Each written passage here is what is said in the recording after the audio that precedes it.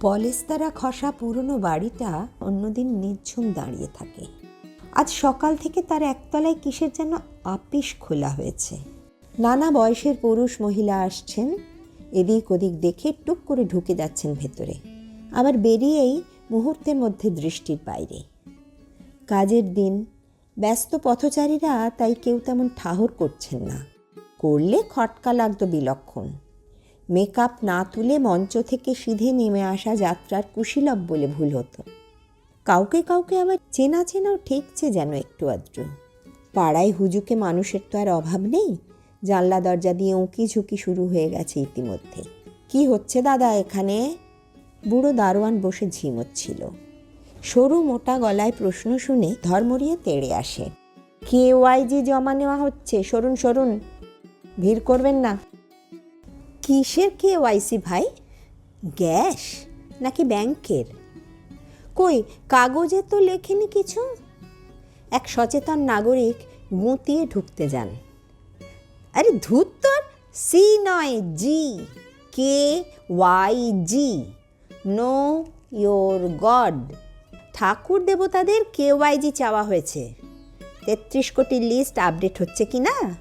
নতুন কত দেবতা লিস্টিতে ঢুকে পড়েছেন, বাদও পড়েছেন পুরনোদের কেউ কেউ। দু একজন আবার আবেদন জমা দিয়েছেন পূর্ণ দেবতা স্ট্যাটাস চেয়ে। এইসব কাজের সময় পাওয়াই মুশকিল।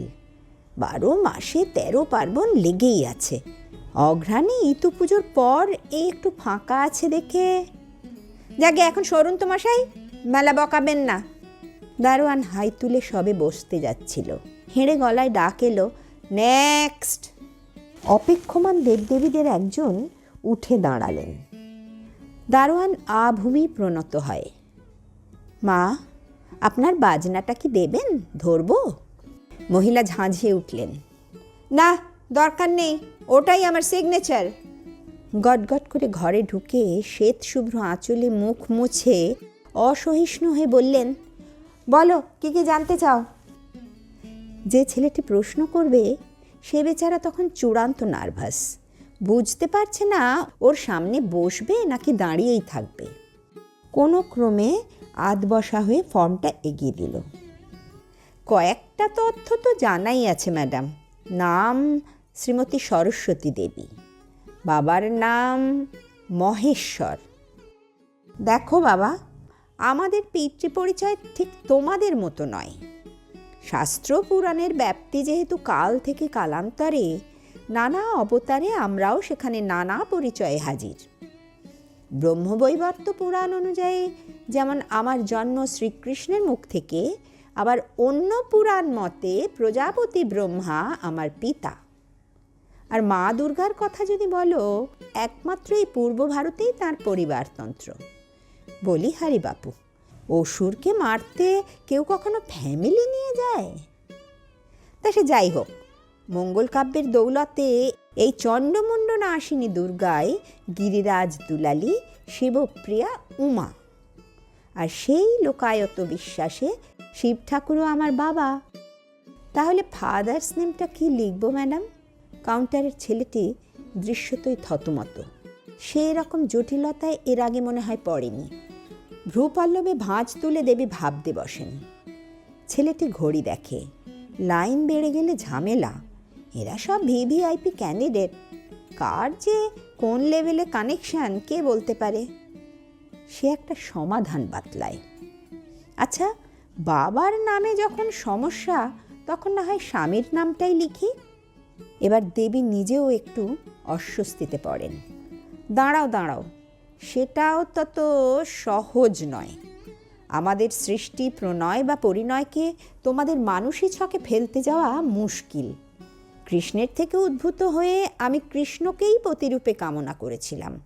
অবশেষে তাঁর নির্দেশে নারায়ণের ঘরণী হই। তখনই সতীন গঙ্গার অভিশাপে মর্তে নদী হিসাবে প্রবাহিত হই। দেবী ভাগবতে আবার আমাকে দেখানো হয়েছে ব্রহ্মার স্ত্রী হিসেবে। কাউন্টারের ছেলেটি ততক্ষণে ঘামতে শুরু করেছে। যথাসম্ভব বিনয়ের সঙ্গে সে বলল, পুরো ব্যাপারটাই খুব কনফিউজিং ম্যাডাম, চট করে মিটবে না। আপনি বরং ঠান্ডা মাথায় ফর্মটা ভরে আগামীকালই পাঠিয়ে দিন। দেবী বিরক্ত হন। তোমাদের পূর্বপুরুষেরাই তো কনফিউজ করেছেন বাছা। পুরাণ কি আমি ডিকটেশন দিয়ে লিখিয়েছিলাম? রাত পোহালে আমার পুজো, এসব ঝুট ঝামেলায় সেটা যদি কেঁচে যায় এই ভরা পরীক্ষার মরশুমে, তোমরাই তাহলে ঠেলা সামলিও। বলেই সঙ্গে সঙ্গে বেরিয়ে আসেন।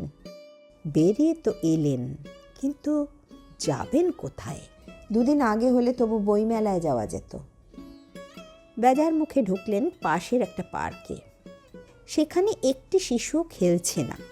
দুপুর ফুরোবার আগেই বেঞ্চগুলো চলে গেছে যুগলদের দখলে। একটা হাতল ভাঙা বেঞ্চ খালি পড়েছিল।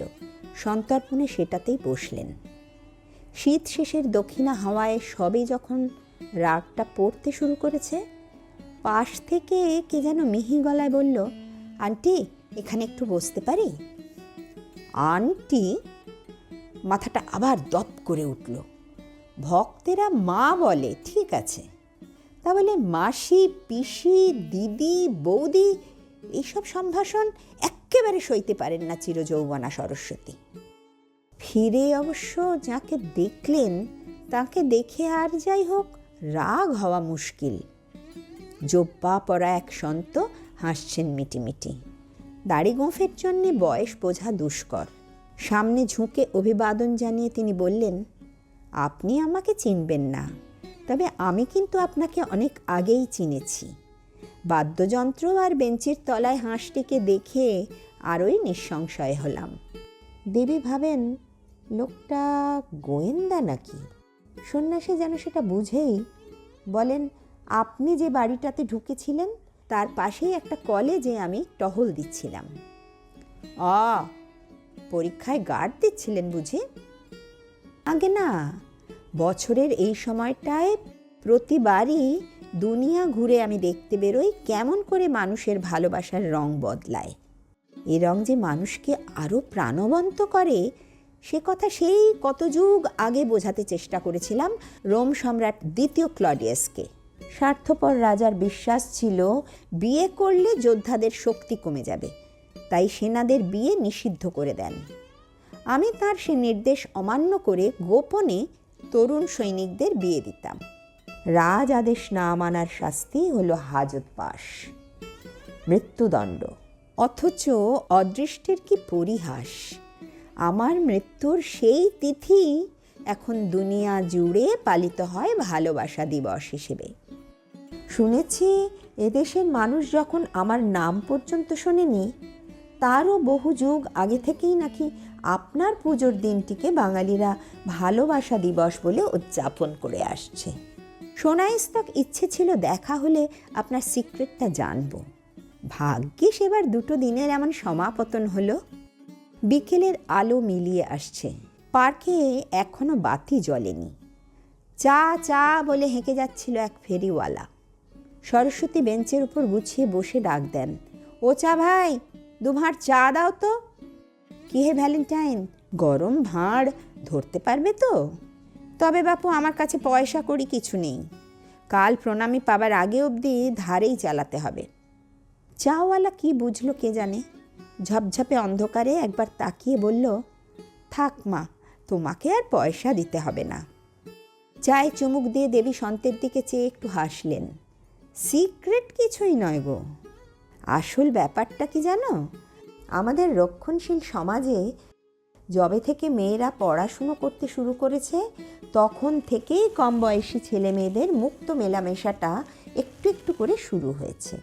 যা কিছু কম পাওয়া যায় তার আকর্ষণটাও দুর্নিবার। তাই কৈশোরে পা রেখে সকলেরই নজর থাকে আমার পুজোর দিনটার দিকে। সেদিন বইপত্র আমার জিম্মায়, পড়াশুনোর তাগাদা নেই। স্কুল কলেজে পুজোর নাম করে প্রিয় মানুষটির সঙ্গে একটু বেশি সময় কাটানো যায়। এদিনের একটা ড্রেস কোডও আছে, কিন্তু গোটা বছর যারা জিন্স টপ, এই একটা দিন অন্তত তারাও বাসন্তী শাড়ি খুঁজে। নরম গোঁফের রেখা বারমুডা রেখে পাজামা পাঞ্জাবি তুলে নেয়। তবে একটু ছোঁয়া আর আড়ে যাওয়ার সেই উত্তম সুচিত্রা যুগ 20-30 বছর আগেই ইতিহাস হয়ে গেছে।